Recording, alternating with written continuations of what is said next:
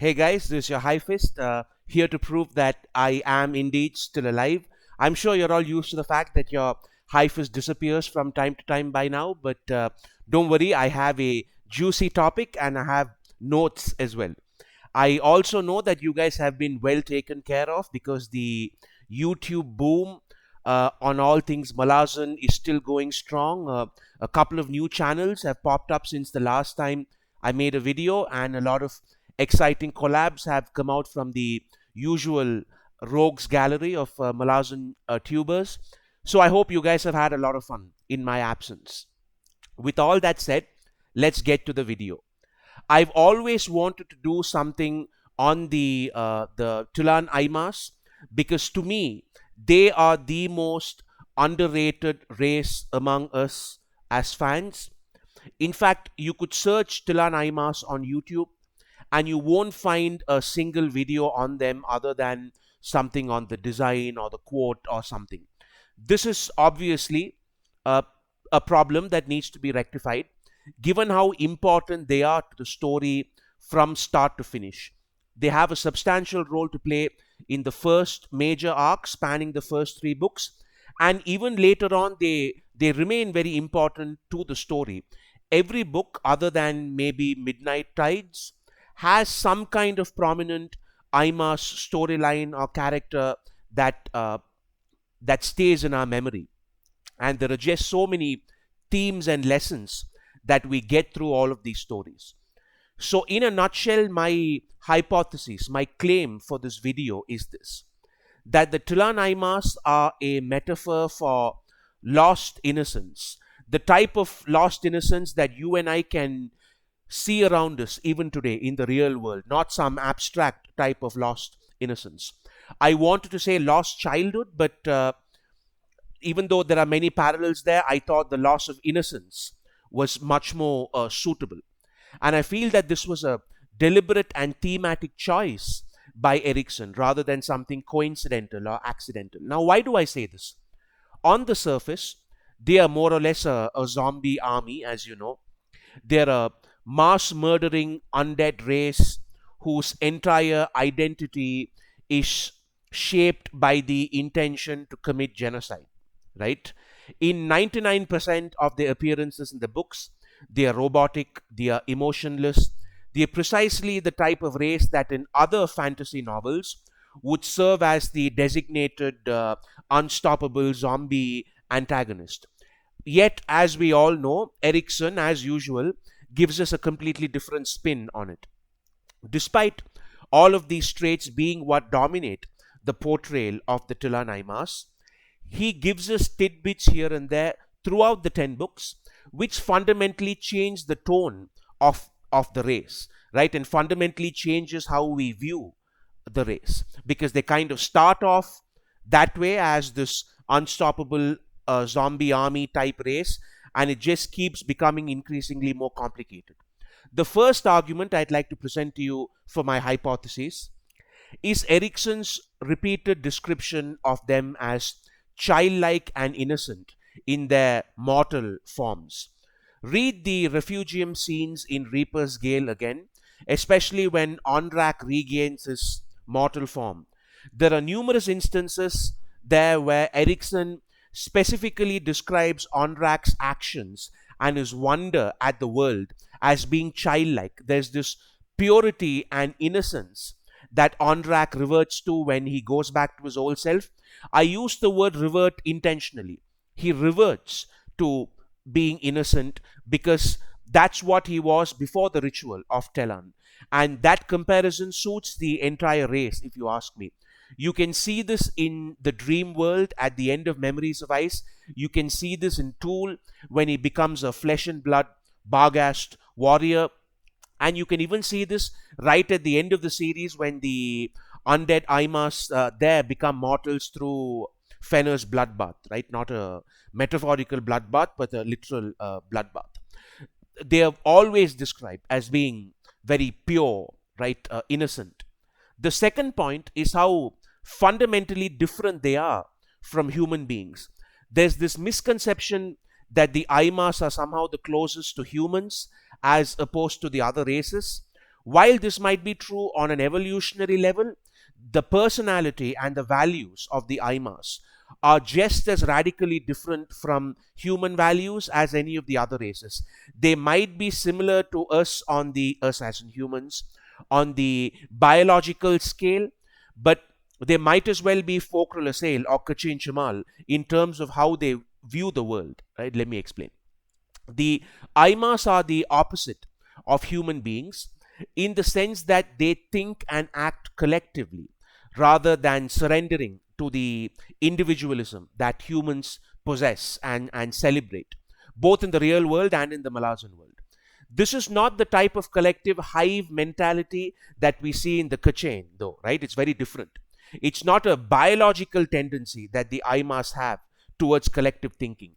It's simply a part of the way that they've been made to view the world by what has happened to them. The ritual of Tellann is what encapsulates this.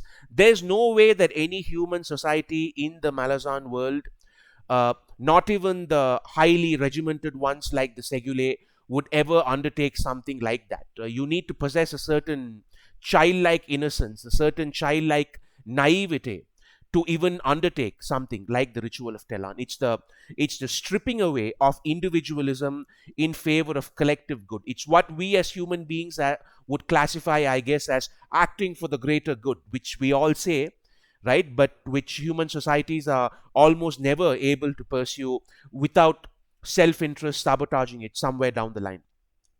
Their relationship with the I, the A, however you want to call it, the sort of wolf-like creatures that follow them around, is a great example of the difference between them and humans. They adopt and start taking care of the I because they are responsible for the depletion of their food sources. So the Imass feel this inherent moral responsibility for animals affected by their disruptive impact on the food chain. This is so far removed from how human societies function in the Malazan world that they might as well be from two different planets, right? The Lithari Empire, for instance, and its people, of course, not just the empire as an institution. None of them feel any moral obligation towards the environment, right? None.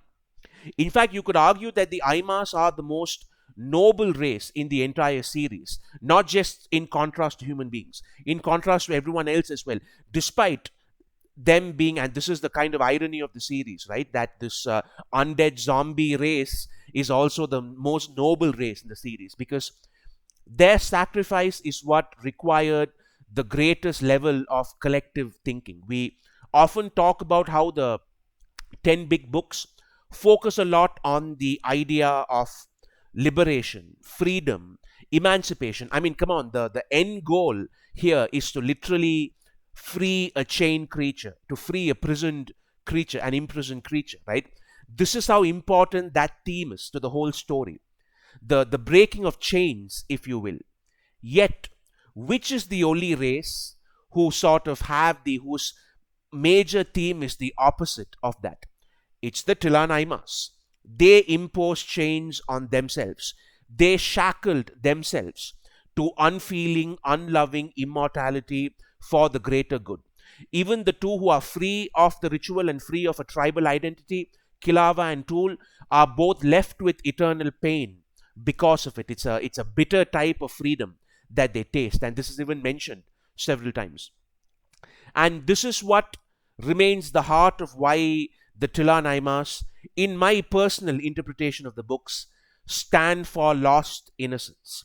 The ritual takes away that innocence they have as a simple, content people.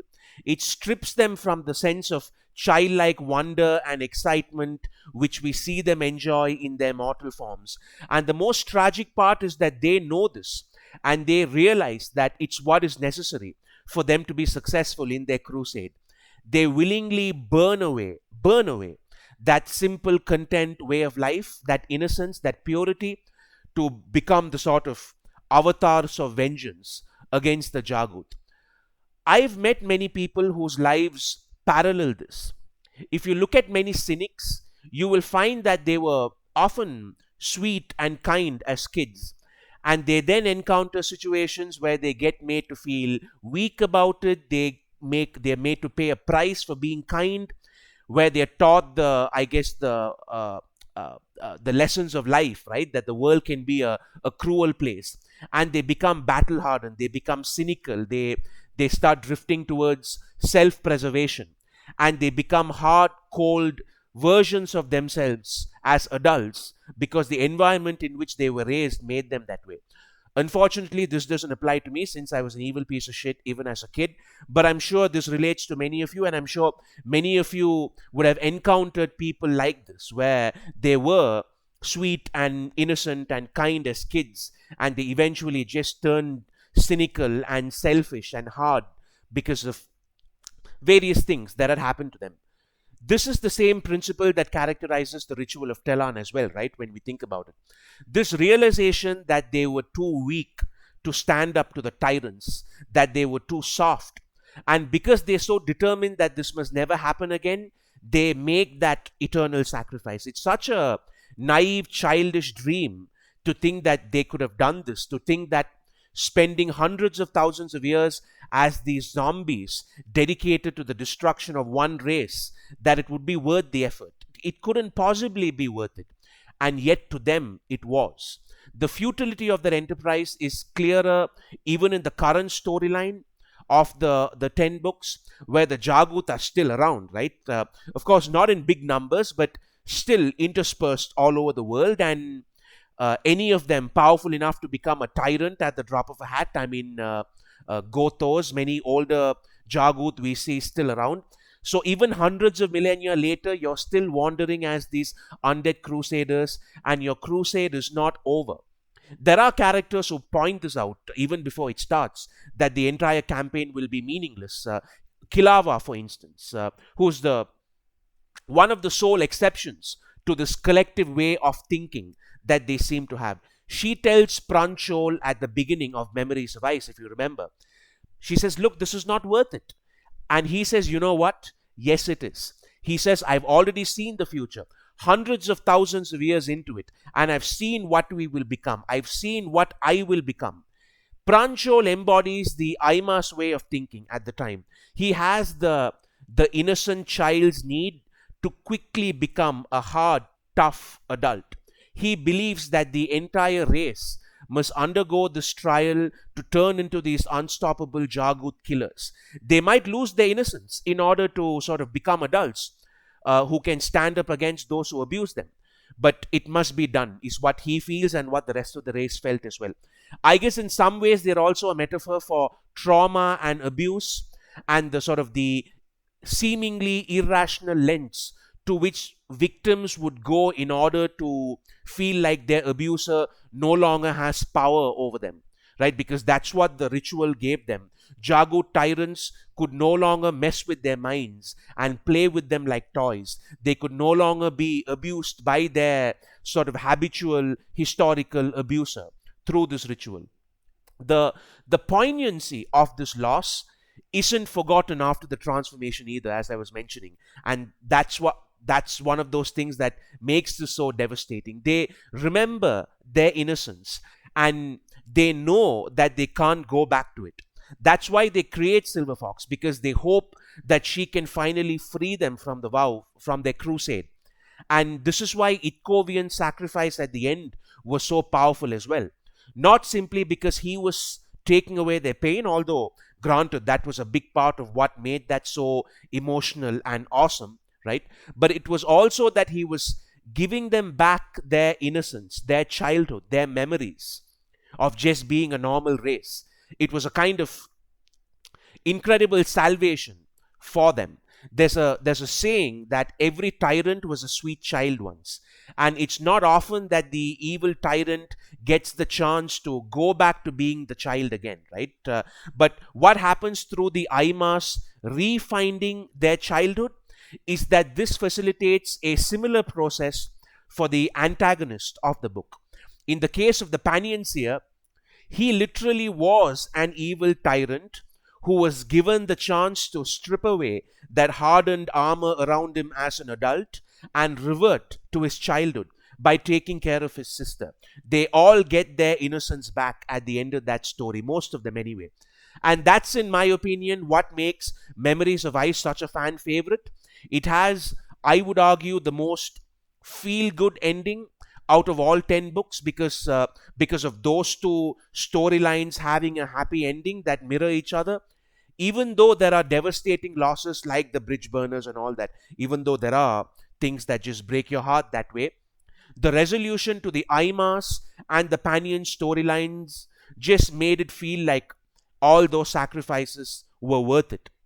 My final point about the Imass, and what I think really crystallizes this whole lost childhood, lost innocence cliche that I've been banging on repeatedly, right, is a name that I mentioned earlier, Silver Fox. And this is why I think this whole team was deliberate and not coincidental. What happens to the one mortal creation of the T'lan Imass? What happens to the child of the T'lan Imass? What happens to Silver Fox? Why, she loses her childhood. Of course she does. Her life encapsulates the life of the T'lan Imass. We see her at the beginning of the book as a chatty, chirpy little girl. And as they march on Capustan, we see her having to lose that childhood and that innocence to become a much harder, more calculating adult.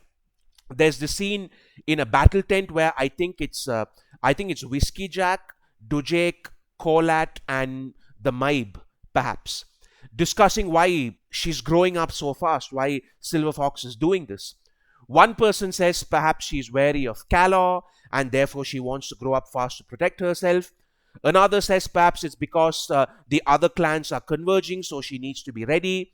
Another says maybe it's because she knows she's the only salvation that they have and thus needs to get stronger faster. Whatever the case might have been, Silver Fox's life is the same as the history of her people. It's the story of lost innocence, lost purity, lost childhood. I don't think this would have lined up so well thematically unless Erikson meant for it to be structured that way. Now, this is of course not to say that they're all doom and gloom. The T'lan Imass certainly aren't as much of a buzzkill as the T-Standee or anything like that, right? There is humor here and there. There's that one Imass in Toll the Hounds, Devas Anantol, who's hilarious, and the end that he meets is hilarious as well. So there's a lot more to them, obviously, than what I just discussed. But I think this is the strongest theme that jumps out to me, right?